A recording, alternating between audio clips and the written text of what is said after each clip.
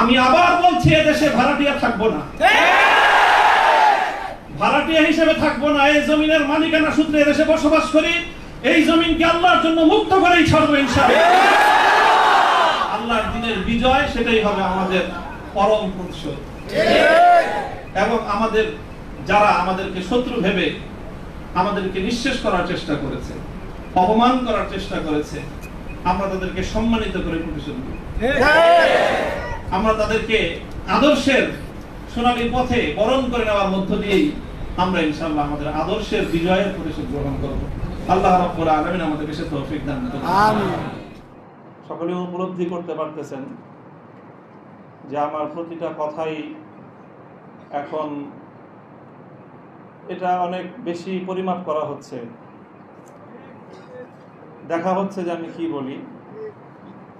আপনারা যতটুকু মনে করতেছেন যে শুধু একটা কর্তৃপক্ষ দেখতেছে, তা না, দুইটা কর্তৃপক্ষ দেখতেছে। এবং একটা কর্তৃপক্ষ আরেকটা কর্তৃপক্ষ থেকে অনেক বেশি প্রবল। একটা জমিনের কর্তৃপক্ষ আর একটা আসমানের কর্তৃপক্ষ। আমি আপনাদের কাছে দোয়া চাই, জমিনের এই কর্তৃপক্ষ আসমানের কর্তৃপক্ষের প্রভাব আমার উপর বেশি থাকে।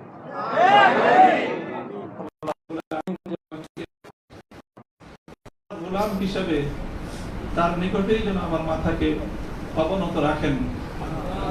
এই দোয়াটুকু আপনারা সকলে আমার জন্য নিভৃতে একান্তে করবেন। দ্বিতীয় কথা, এখানে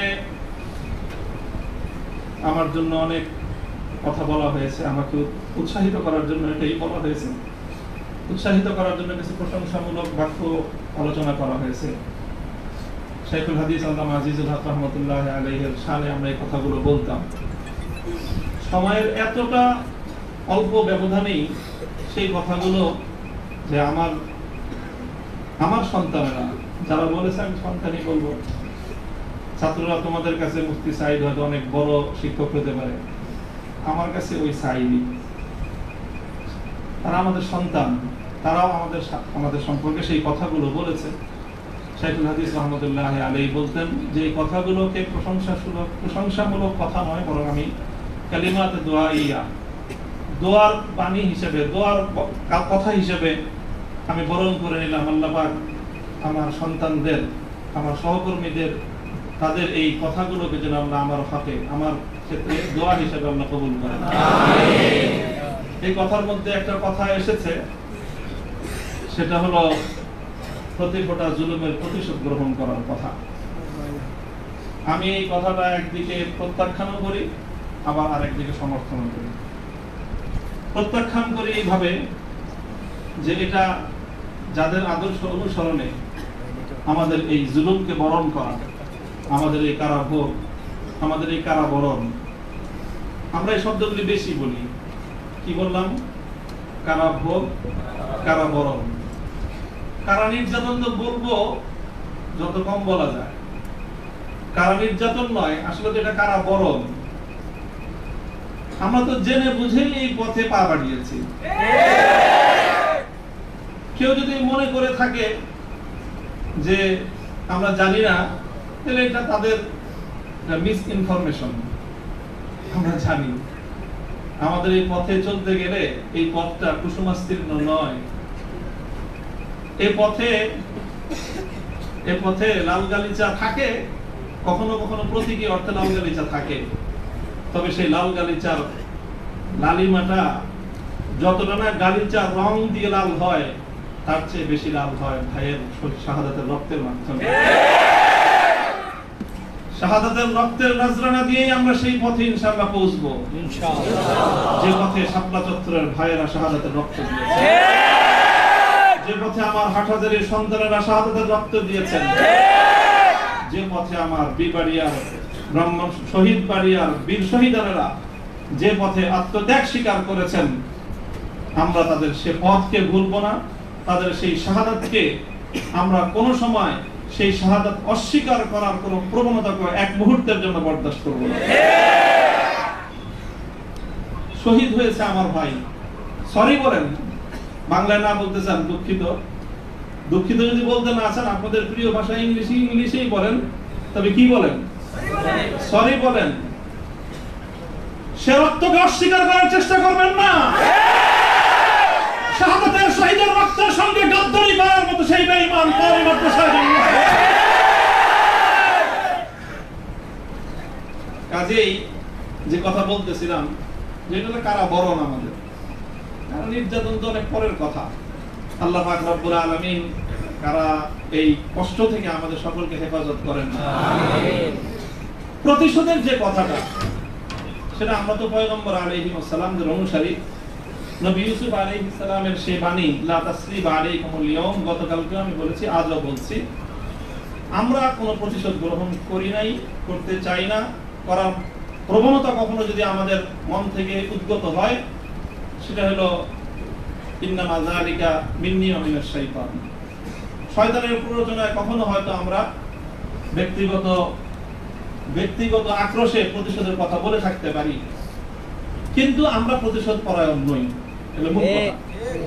এই হিসাবে আমি প্রতিশোধের এই শব্দকে প্রত্যাখ্যান করলাম। তবে অন্য আরেক অর্থে আমি প্রতিশোধের শব্দকে সমর্থন করছি। শুধু সমর্থন নয়, বরং আমি আমার পুনর্ব্যক্ত করছি যে আমরা প্রতিশোধ নিব। আমাদের সেই প্রতিশোধ হবে সেই প্রতিশোধ, যেই প্রতিশোধ হিজরতের আগ পর্যন্ত 12 বছরের জুলুম এবং নির্যাতনের প্রতিশোধ মক্কা বিজয়ের মাধ্যমে আল্লাহ নবী গ্রহণ করেছেন। আল্লাহ নবী মক্কা বিজয়ের পরে সেই সকল অপরাধীদেরকে ক্ষমা করার মধ্য দিয়ে, সেই জমিনে আল্লাহর দ্বীনের ঝান্ডা সমুন্নত করার মধ্য দিয়ে মধুর প্রতিশোধ নিয়েছিলেন। আমি আবার বলছি, এদেশে ভাড়াটিয়া থাকবো না, ভাড়াটিয়া হিসেবে থাকবো না। এই জমিনের মালিকানা সূত্রে এদেশে বসবাস করি। এই জমিনকে আল্লাহর জন্য মুক্ত করেই ছাড়বো ইনশাআল্লাহ। আল্লাহর দ্বীনের বিজয়, সেটাই হবে আমাদের পরম প্রতিশোধ। এবং আমাদের যারা আমাদেরকে শত্রু ভেবে আমাদেরকে নিঃশেষ করার চেষ্টা করেছে, অপমান করার চেষ্টা করেছে, আমরা তাদেরকে সম্মানিত করে প্রতিশোধ দেব। আমরা তাদেরকে আদর্শের সোনালী পথে বরণ করে নেওয়ার মধ্য দিয়েই আমরা ইনশাআল্লাহ আমাদের আদর্শের বিজয়ের প্রতিশোধ গ্রহণ করব। আল্লাহ রাব্বুল আলামিন আমাদেরকে সে তৌফিক দান করুন। আমিন।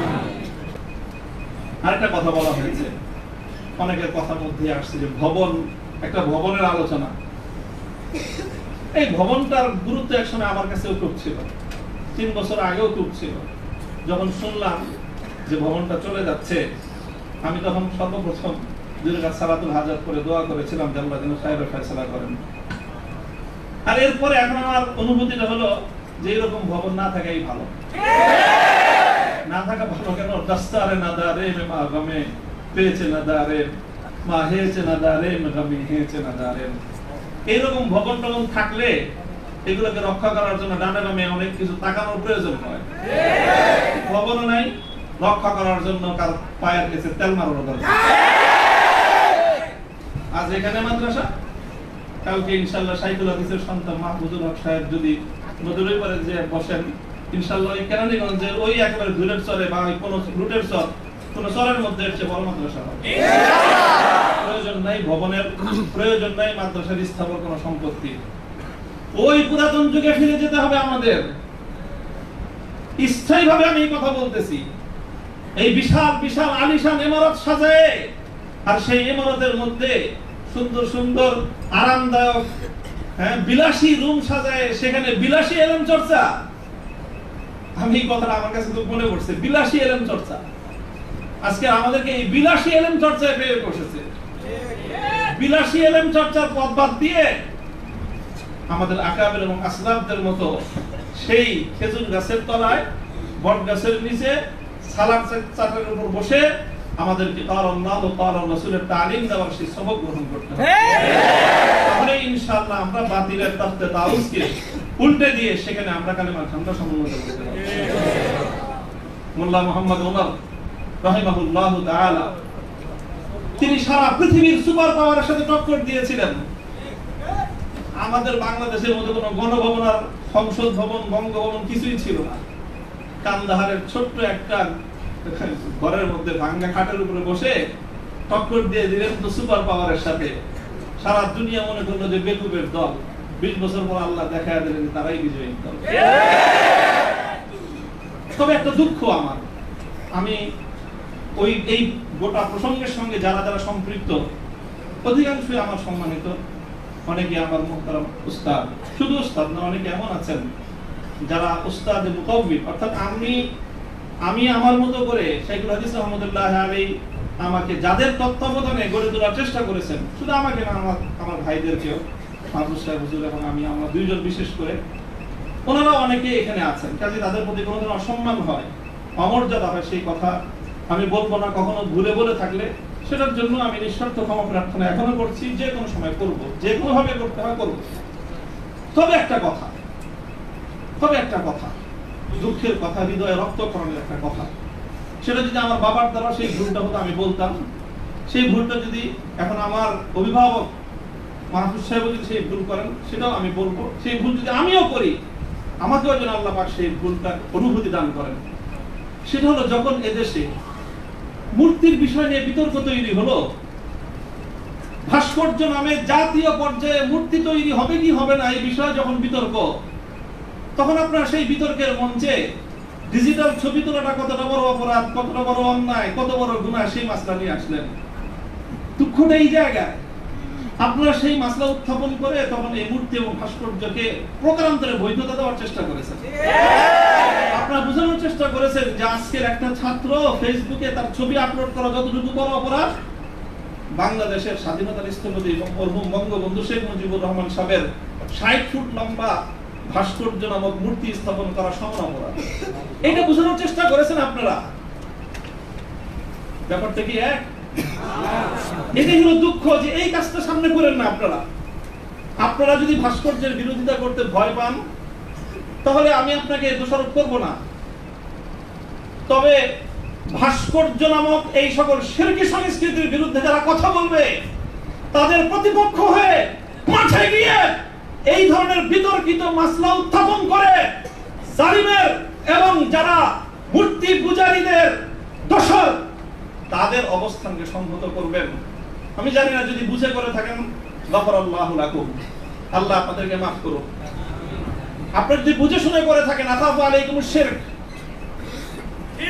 আখাফু আলাইকুমুশ শিরক, না বুঝে করে থাকেন, সেটাই আমার ধারণা যে আপনারা অনেক বড় বড় আলেম, রাজনৈতিক প্রজ্ঞা আপনাদের কিছুটা ঘাটতি থেকে থাকতে পারে এই ক্ষেত্রে অন্তত। কাজেই এই জায়গাটায় বিলম্ব হলে আপনারা কথা বলেন, বিলম্ব হলেও কথা বলেন, ইতিহাস আপনাদেরকে ক্ষমা করবে না। মনে রাখেন না যে আমরা হেফাজতে ইসলামের কিছু নওজওয়ান আলেম এবার যেটা করছে, সরকার একটা ভালো বুদ্ধির কাজ করছে।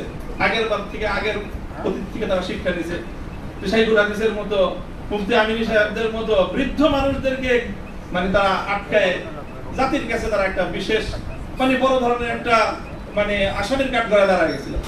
এইবার তারা আমাদের মুরব্বীদেরকে কারো গায়ে স্পর্শ করে নাই, শুরুই করছে নামুল হক থেকে যে এদের হাত পাও গুলি সব ভাঙিয়ে দাও, তাইলে এই বুড়া মাথা যেগুলো আছে সেগুলো আর কি করবে, এই পলিসি নিছেন। কাজেই যেটা করেছেন সেটা হলো, আবারও বলছি যে এই ধরনের যখন তাওহীদ এবং শিরকের লড়াই হয়ে দাঁড়াবে, আল্লাহ ভাস্কর্য বিরোধী আন্দোলন, এটা তাওহীদ এবং শিরকের আন্দোলন, সব শিরকের সংঘাত ছিল। ভাস্কর্যের পক্ষে যারা ছিলেন তারা শিরকের পক্ষে ছিলেন, ভাস্কর্যের বিপক্ষে যারা ছিলেন তারা তাওহীদের ঝান্ডা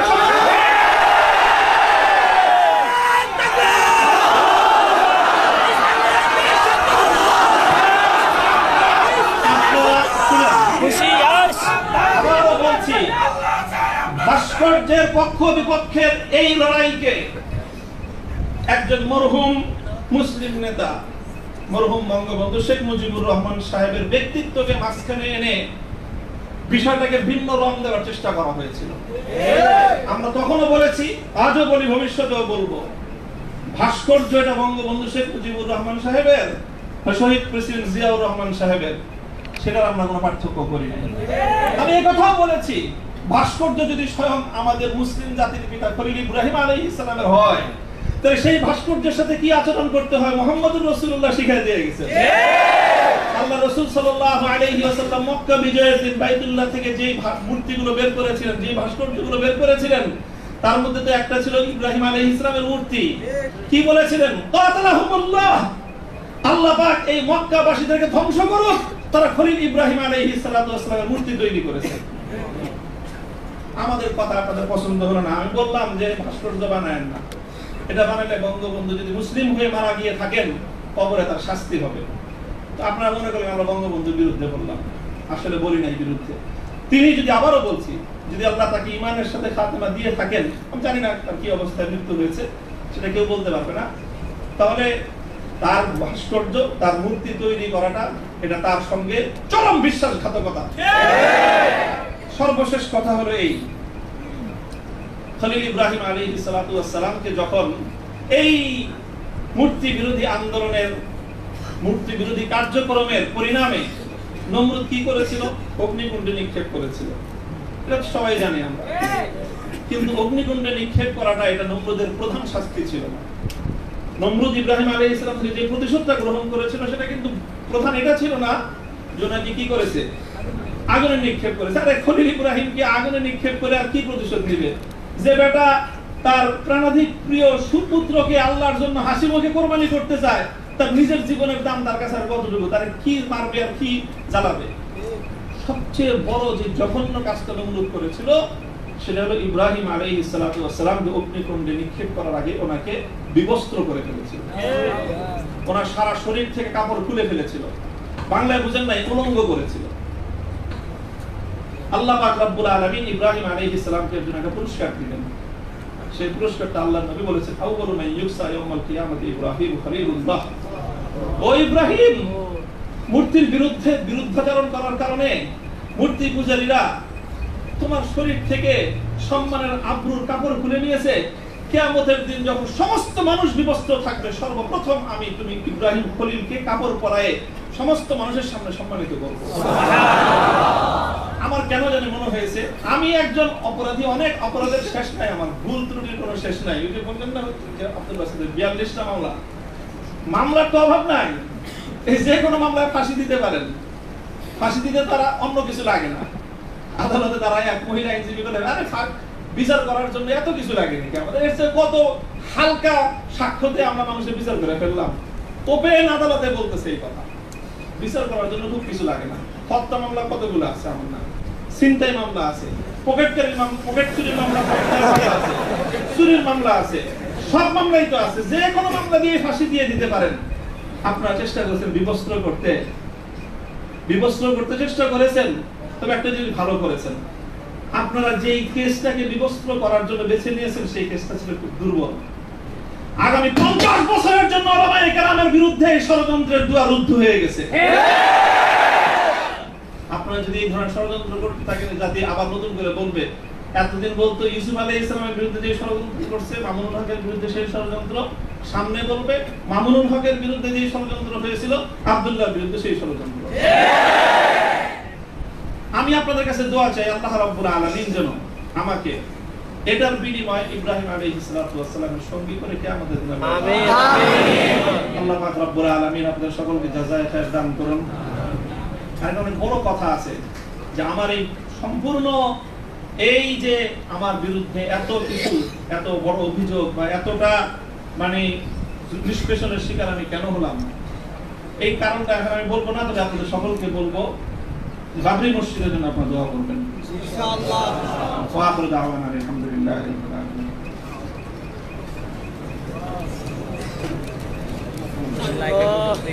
নামাজের সময় হয়ে গেছে, আমরা সংক্ষিপ্ত দোয়ার মধ্য দিয়ে আজকের এই সংবর্ধনা অনুষ্ঠানের পরিসমাপ্তির দিকে যাব। এ পর্যায়ে সংক্ষিপ্ত দোয়া করবেন অত্র জামিয়ার সম্মানিত মুহাদ্দিস হযরত মাওলানা মুফতি হিফজুর রহমান সাহেব। হুজুরকে দোয়া করার জন্য অনুরোধ করছি। এই জাওয়াত ভাই নিয়েন তো, সকলেই বসি, অল্প সময় সংক্ষিপ্ত দোয়া হয়ে নামাজ হবে, সকলেই বসি, দোয়ায় অংশগ্রহণ করি।